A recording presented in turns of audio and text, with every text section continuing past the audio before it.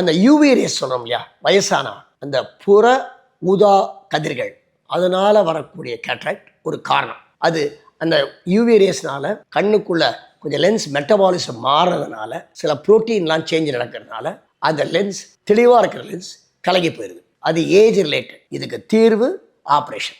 உடனே கேட்பாங்க, சார் எல்லாருக்கும் ஆப்ரேட் பண்ணுறதா அப்படின்னு கேட்பாங்க. நான் என்ன தீர்மானம் பண்ணுவேன்னா, என்னுடைய ப்ராக்டிஸ் நான் சொல்கிறது, அந்த பர்டிகுலர் நோயாளிக்கு அந்த புரை நோயினால் நார்மலாக செய்யக்கூடிய எந்த செயல்பாடுகளும் செய்ய முடியாமல் இருந்தால் நான் பண்ணுவேன். ஃபார் எக்ஸாம்பிள் பைலட் வச்சுக்க, சின்ன ஒரு டாட் கேட்ராக்ட் சென்டரில் இருக்கும், அவரை நம்பி இவ்வளோ உயிர் போகுது. ஸோ கண்டிப்பாக பண்ணியாகணும். ஒரு வயசான கிழவி அந்த 10 பாத்திரம் தேய்ச்சி அது வீடை சுத்தம் பண்ணி உட்காந்துருக்கு, 8-10 அடி தெரிஞ்சால் போதும் அப்படின்னு வச்சுக்கலேன், அவங்களுக்கு நாள் தள்ளலாம். நான் சொல்கிறது, உங்களுடைய அன்றாட தேவைகள் செய்ய முடியாமல் இருந்தாலோ, வண்டி ஓட்டும் போது எய்த்தாப்பில் ஹெட்லைட் கிளார் அடித்தாலோ வாங்க ஆப்ரேஷன். எடுப்புக்கு ஆப்ரேஷன் சொல்கிறது இல்லை. ஆனால் தீர்வு அறுவை சிகிச்சை மட்டும்தான்.